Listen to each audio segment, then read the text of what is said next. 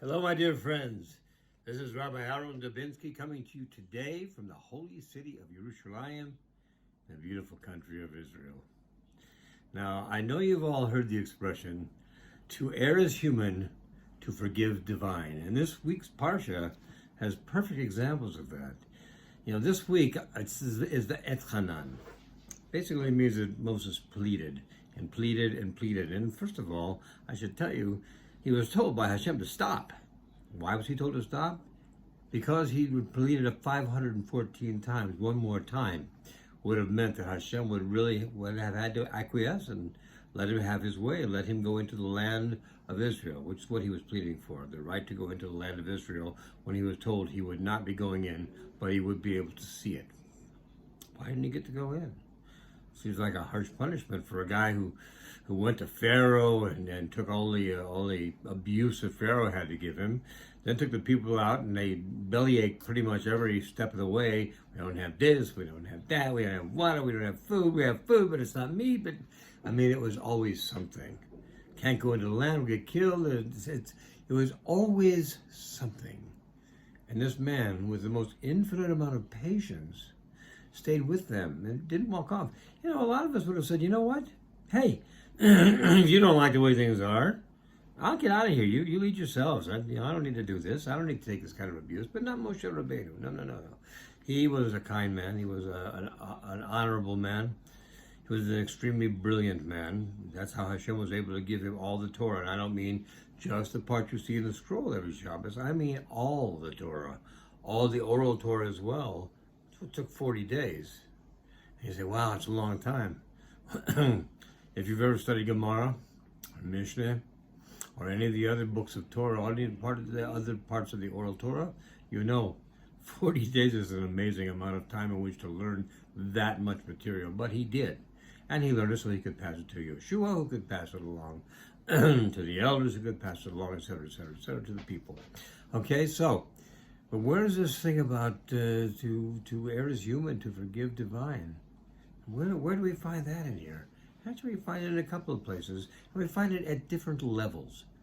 For example, why was Moshe not allowed to go into the land of Israel? What horrible crime did he do? I mean, he put up, again, like I said, with all the belly aching of the people, kept them in line, kept them together, got them all the way out of Egypt. You can imagine this. I want you to think about it. 1.5 million people. Actually, it was closer to probably 6 million when you take all the people who went with them. But just say 1.5 million. Walking out of a country. No, they didn't get the Rakevet, they didn't get Amtrak, they didn't get a plane, they had to walk. It was all foot power. So they walked out, all these people, right out from under the noses of the Egyptians. As a matter of fact, by this time, the Egyptians were glad to have them gone. They let, please, go, get out of here, and take all your stuff with you. And you want other stuff?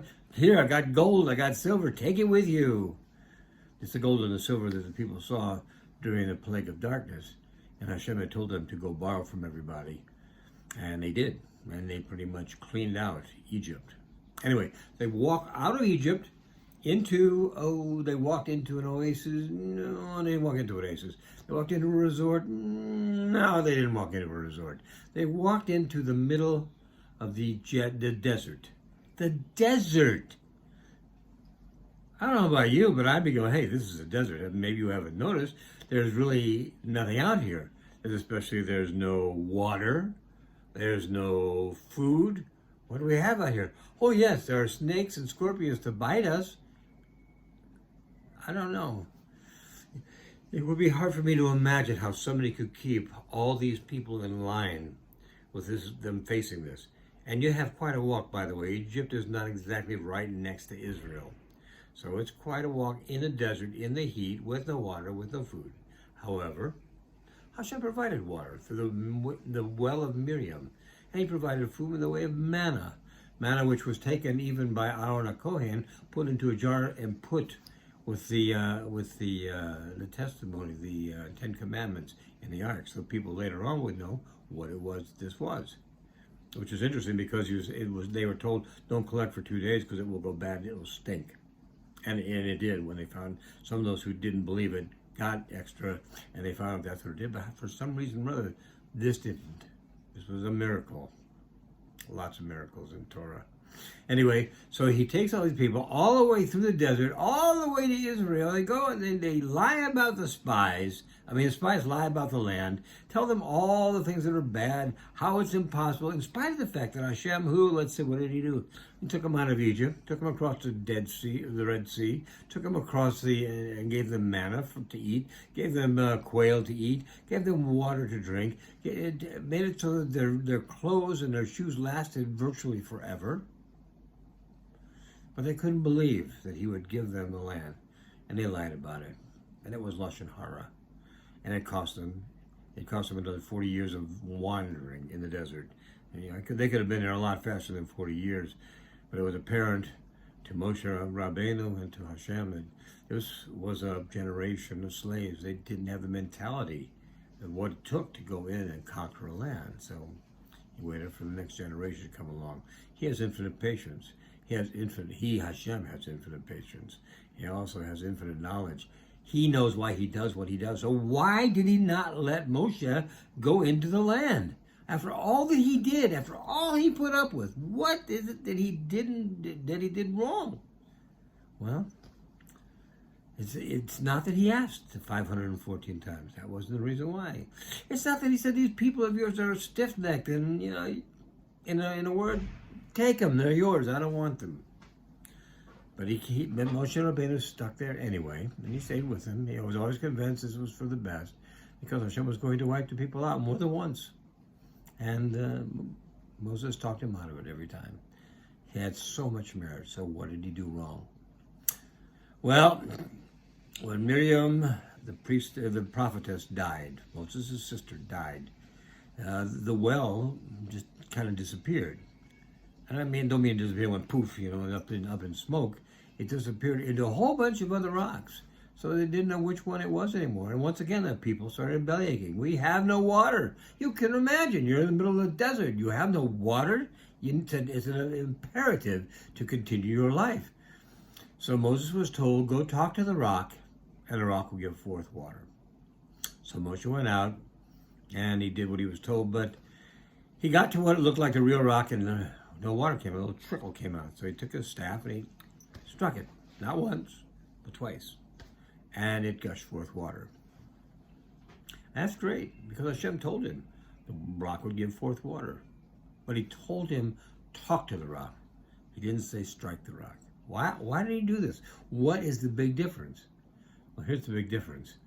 If you strike the rock with a stick, there will be many people in an organization who would look at it and say, hey, he's got a magic stick.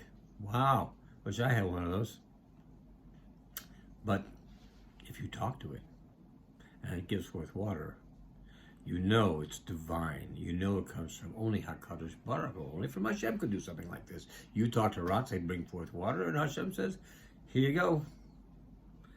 That was what he wanted.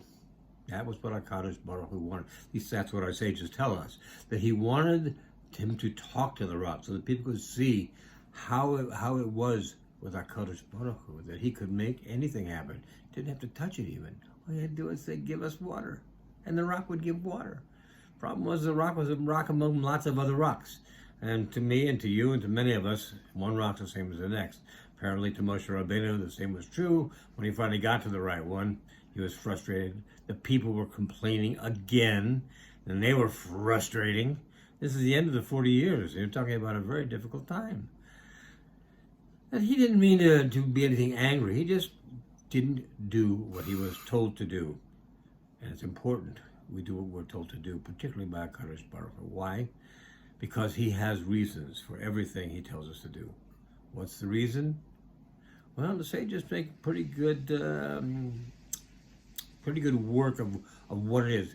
This was the meaning behind this, that was the meaning behind that, this probably was the meaning behind it, probably, maybe.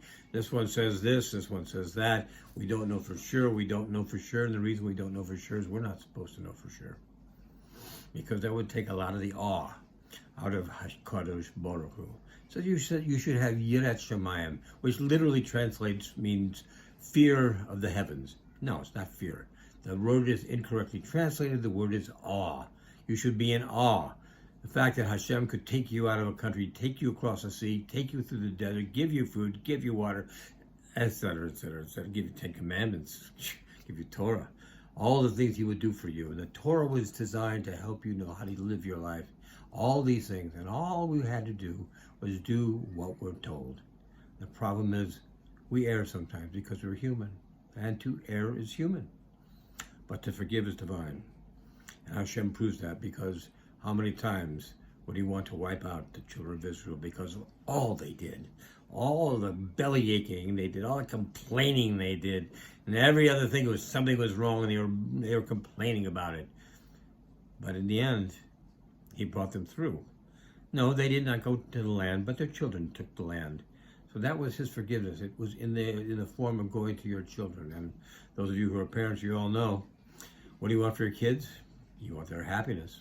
You want what's best for them. And for most of us, what you want is for them to do even better than you did in life. So having said that, I want you to all have a terrific Shabbos this week. When you get to Tisha B'Av, take it very seriously. It's a very serious holiday. It commemorates the destruction of both of the temples. It commemorates so many evil things that happened to Israel. It's a reminder to us to say, when Hashem says something, just do it. Do what he tells you, not just what you think.